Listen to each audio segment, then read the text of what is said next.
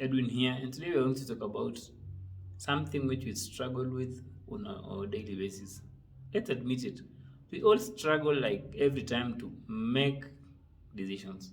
Even for me, today I didn't know what I'll talk about, and I found myself like struggling to decide and to figure out or even decide on what I'm going to talk about today. That's why I decided to talk about, and today I'm going to talk about indecisiveness, second guessing, and that feeling of self doubt, especially after being in a toxic relationship. Anyone who's been involved in a toxic relationship will experience deep feeling of self doubt, constant second guessing, and inability to decide, even for small decisions, even long after they've left that toxic relationship. Through constant belittling, gaslighting, name calling, and all forms of verbal abuse, a victim of abuse will have difficulty making those simplest decisions for themselves. Even small ones like deciding what they'll have for dinner, or deciding the kind of movie you'll watch next, or deciding the path to if you'll take right or left when you are like driving or taking a walk. Just those simple decisions. It's like there's just this general feeling of powerlessness when it comes to making decisions. And when it comes to second guessing, you also feel that you will make the wrong choice or the wrong decision. This is because like a narcissist has distorted your sense of reality, and you find it difficult to distinguish between what's true and what's not. They've also gaslighted you to believe that your thoughts, your memory, your feelings are probably flawed.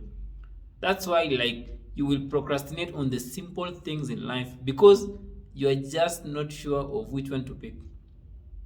You will be concentrating more on what if you make a mistake instead of just taking action, because you've been manipulated by the narcissist to the point that your reality has been distorted, so you don't know which one to pick. You will feel that you cannot decide for yourself after abuse because you've been constantly dominated and told what to do by your abusive partner. A narcissistic relationship is a place where someone loses their autonomy, as every choice they make is constantly ridiculed or shut down by the narcissist. When you cannot voice an opinion or express your feelings, you become so fearful. You've also been emotionally abused to feel that you are not good enough. This further like lowers your confidence in your ability to choose in life.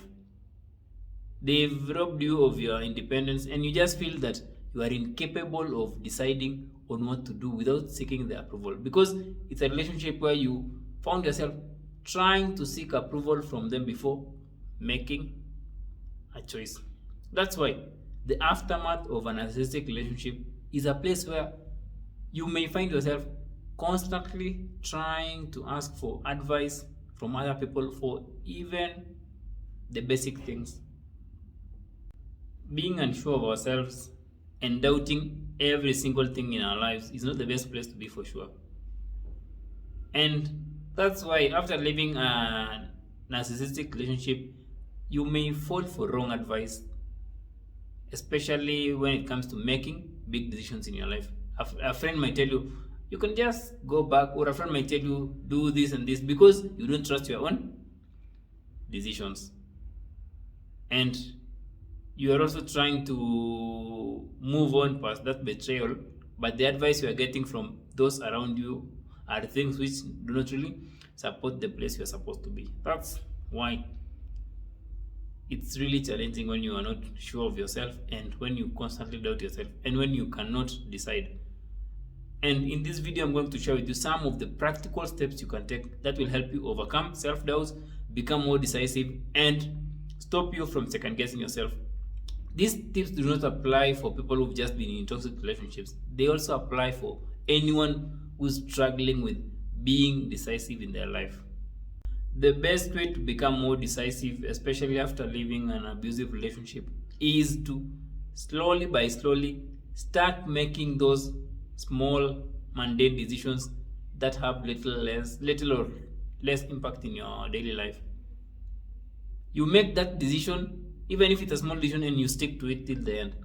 The best place to start can be something like, let's say if you decide to watch a movie on Netflix, Instead of just like thinking and overthinking about which movie to watch, just pick any and stick to it till the end. Even if it's a movie about just cats, nothing will go wrong if you stick to that boring movie till then. You'll just lose a few minutes or a few hours, but at the end of the day you will have at least made a decision. Another example is, like, let's say you are going to a restaurant and you can't decide on what to eat. What you can do is you can quickly pick the first item on the menu, or you can stick to the first thought or the first option that comes to mind. Nothing can go wrong. Like, if you find yourself just having rice and soup, it's just about building that muscle that you have the ability to decide. And slowly by slowly, if you make those those small decisions in your day-to-day life, you will climb and then now start making the big decisions. So start small and then grow that small to be big decisions. Also, if you keep trying and picking the first things that comes to your mind and force yourself to stick to it, the more you'll be able to instill that belief that you can do it, and you'll start even doubting yourself less and less. Something that will also make you more decisive in life is to understand your boundaries. Like, boundaries will just save you from everything after leaving a toxic relationship, or from just people who want to take advantage of you. When you have boundaries, you have a baseline for your decision making. To use boundaries as a decision making tool, you first make a list of your values, interests, what you cannot tolerate from another person, or what you are not comfortable with, or just any limit that safeguards your well-being. You can also make a priority list of your top values in relation to your boundaries. E.g., like your top value can be your well-being or self-respect. Then, when you are having trouble deciding, or when you are second guessing yourself, you just look at your top 3 to 5 values, and if that decision you are about to make is in line with your values, you pick it. And if that decision you are about to make is not in line with your values, you drop it.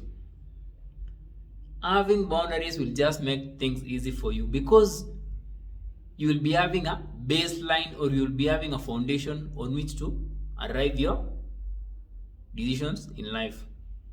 It will be just like a compass that points you towards the right decisions in life. This is actually a great one. Like, boundaries is more like everything. So understand your boundaries and you'll find it really easy for you to decide. Another way to become more decisive after abuse is to analyze the consequences of your decisions. Something about second guessing is that we mostly exaggerate the consequences of picking either option A or B without even fully going into the depth of the consequence of that decision. We just like exaggerate, like, oh no, if I choose this will happen, without really like keenly looking at the consequence.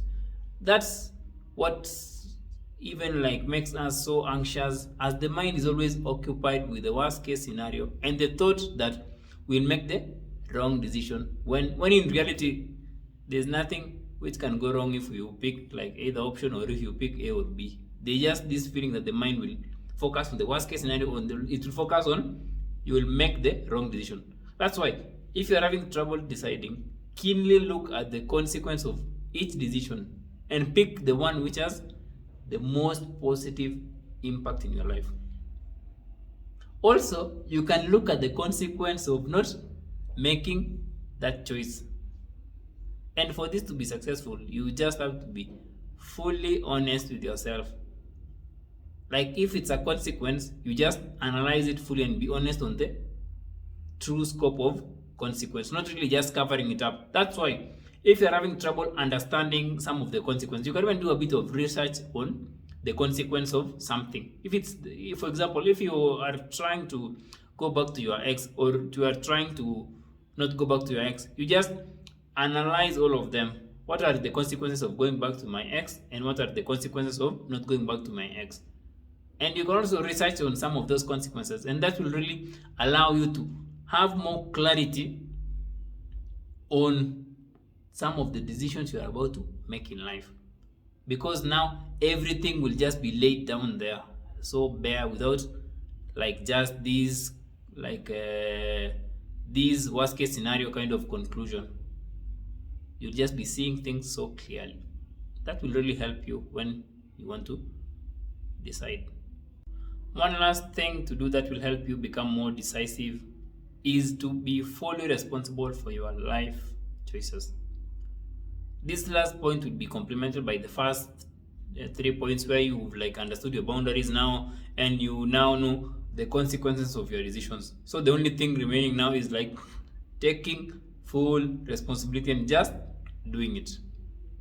This is the hardest one of them all, because we are used to seeking advice from other people on what to do. And if you've been involved with a narcissist, you were just dominated and controlled so much that you had to consult them in each and everything you were doing. You sought their advice to avoid being scolded and being blamed for the outcome of some of your decisions.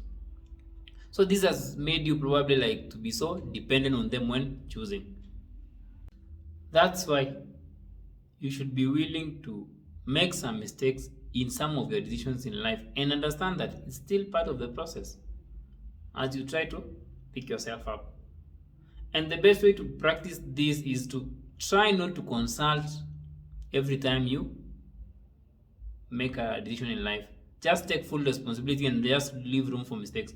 Like, instead of like consulting a friend, let's say if you're going out and then asking a friend, oh, can I wear this, can I wear that? No, just wear it, and without consulting anyone, and just, even if you become the laughing stock, it's okay. You've taken full responsibility of your choices. This will just build your sense of independence and believe that you can do it on your own. This does not mean that we should stop seeking consultation, but it's just about not seeking consultation in every single thing you do, so that you can build or rebuild your own self-confidence. You also have to be gentle and compassionate with yourself and know that mistakes you'll make is just part of the process. You can even take count of some of the big or some of the decisions you've made after leaving that relationship, so that you can be more proud of your ability to decide. It's just about taking full responsibility, but at the same time leaving room for mistakes, not perfection. It's progress, not perfection. All in all, self-doubt in a way is a normal part of life, but being in a toxic relationship will add more fuel to it. But that should not stop you from regaining your autonomy and breaking free from the binds of narcissistic abuse. It's also good to know that not deciding is still a decision made. Each one of us has that ability to choose. For some of us it may be hard, for some of us it may be easy, but the key is to start small and build it from there. But if you are still in a toxic relationship, the firm choice should always be to leave that relationship, and all your actions should be geared towards opening the doors for that escape. The choice of leaving a toxic relationship is just a foundational piece you can use when you feel trapped and you don't know what to do. Do not listen to that inner voice telling you can still make it work, or you are making the wrong decision. No. This is because there is no amount of staying in a toxic relationship which will make it a better place for you. And it will even get worse as your reality is being constantly distorted. I know it's not easy, but if you're struggling to decide on whether to stay or to leave a toxic relationship, let me just decide for you for once and tell you that leaving will open your eyes and doors to a beautiful life once you heal.